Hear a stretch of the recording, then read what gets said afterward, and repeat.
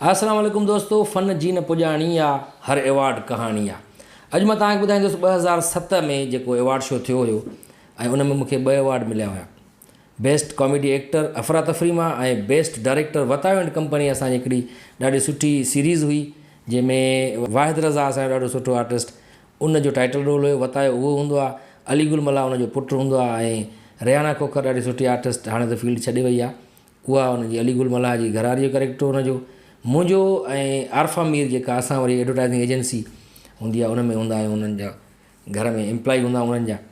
ऐं पहिरियों हिन वतायो एंड कंपनी में तव्हांखे ॿुधाईंदो हलां, अॻु में बि तव्हांखे ख़बर हूंदी, सादिया चन्ना जेके प्यार में बाद चवंदा आहियूं असां, घर में हुनजो नालो आहे इहो। सादिया चन्ना ॾाढी सुठी आर्टिस्ट, वर्सटाइल एक्ट्रेस, उनखे फस्ट टाइम वतायो एंड कंपनी में असां इंट्रोड्यूस करायोसीं।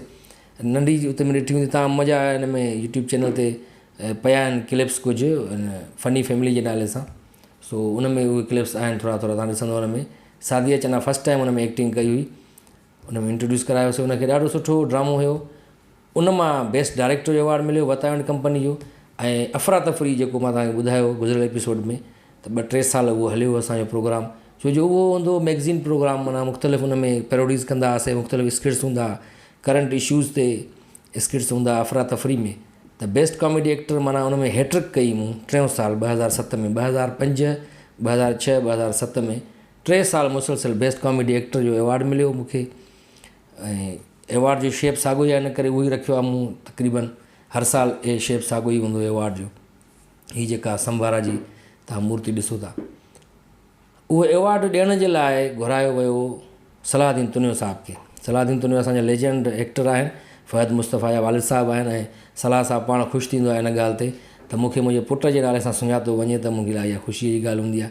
फ़हद मुस्तफ़ा असांजो पाकिस्तान जो तमामु वॾो ज़बरदस्त एक्टर ऐं होस्ट, जेको असां जंहिं ते फ़ख़्रु कंदा आहियूं, उन्हनि जो वालिद साहिबु आहे सलाहुद्दीन तुनियो साहिबु। उहो आयो हुयो as a guest award show में, जीअं ईंदा आहिनि सीनियर आर्टिस्ट।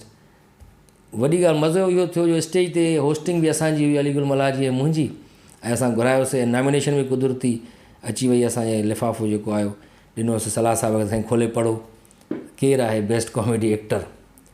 त हुन पढ़ियो, चई वाह सोहराब सूमरो। पोइ वरी चई त मां सम्झो मूंखे अवॉर्ड ॾींदो अलाए छा, त अली गुल चयो साईं हाणे सम्झी वियो न, तव्हांखे न मिलंदो, हाणे तव्हांखे ॾियण लाइ अवॉर्ड घुरायो आहे। वरी जॾहिं उते ई बीठा साईं, ॿी नॉमिनेशन आहे हिकिड़ी बेस्ट डायरेक्टर कॉमेडी, वरी उहो लिफ़ाफ़ो ॾिनोसीं त वरी सलाहुद्दीन तुनी ॾिसी करे, नालो न खयईं मुंहिंजो, ॾिसी करे रुॻो मूंखे ॾिसी करे ईअं चयईं घणा दफ़ा खणंदे भला अवॉर्ड, ॿियो नालो बि सोहराब सूमरो। उते 2 अवॉर्ड जेके मूंखे मिलिया, बेस्ट डायरेक्टर वतायो एंड कंपनी ऐं बेस्ट एक्टर कॉमेडी एक्टर अफ़रा तफ़री मां। उहो शो जेको थियो 2007 में, ऐं 2007 में ॾाढो सुठो उहो शो थियो। हूअं त 2007 जेको साल गुज़रियो आहे पाकिस्तान में, उहो कहिड़ो सुठो न हुयो, हुन में वॾा सान्या थिया, वॾा वाक़िया थिया, जंहिंमें 12 मई वारो वाक़ियो थियो कराची में, हिते ॾाढी खूनरेज़ी थी। उनखां पोइ वरी 18 अक्टूबर ते जेको कारसाज़ वटि धमाको थियो, जॾहिं मोहतरमा शहीद बेनज़ीर भुट्टो आई पहिरियों दफ़ो पाकिस्तान 2007 में, परवेज़ मुशर्रफ जी हुकूमत हुई, त कारसाज़ वटि शारा फैसल ते 2 बम धमाका थिया, केतिरा ई माण्हू हुन में शहीद थी विया, केतिरा ई ज़ख़्मी थिया हुया। उनखां पोइ डिसंबर में 27 डिसंबर ते क़ाइद जमहूरियत मोहतरमा शहीद बेनज़ीर भुट्टो शहीद थी वई। त 2007 ॼण ॾाढो ॾुखियो साल हुयो, ॾाढा सान्या वाक़िया थिया हुन में। अप्रैल में शायदि वकीलनि खे बि को ज़िंदा साड़ियो वियो हुयो कराची में। हिते 2007 में असां पोइ वरी KTN चैनल छॾियोसीं, हुते फ्रीलांस हुयासीं। उनखां पोइ असां वरी आवाज़ TV ते एम्प्लॉय थी वियासीं, नओं चैनल अचे पियो। इन जी बि हिकिड़ी वॾी कहानी आहे, जॾहिं असां हुते वियासीं फ्रीलांस हुयासीं KTN ते, त मतिलबु जेतिरो कमु कंदासीं ओतिरा पैसा मिलंदा। पोइ वरी आवाज़ TV नओं चैनल अचे पियो, हिकिड़ो चैनल नाले जी ख़बर न हुई अञा, असांखे हुतां ऑफर थी त तव्हां हिते एम्प्लॉय थियो अची। असां हुते एम्प्लॉय थी वियासीं, रोज़ु पुछंदासीं चैनल जो नालो छा आहे, चवंदा नालो अञा रखियो न आहे, रखंदासीं साईं, आहे सिंधी चैनल, तव्हांखे पघार मिले थी न, हाणे पघार मिले थी, 5-6 महीना थी विया आहिनि, पर चवंदा तव्हां नालो बि रखंदासीं, तव्हां फ़िलहाल हिते वेठा हुजो।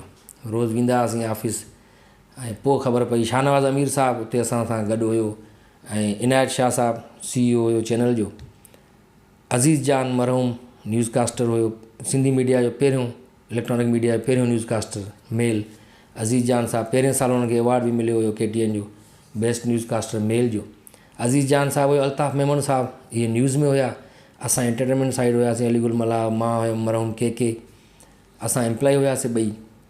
मतिलबु पोइ उते वरी सिलसिलो शुरू थी वियो 2008 खां वठी ऐं 2008 में ई वरी पोइ मुंहिंजी शादी बि थी।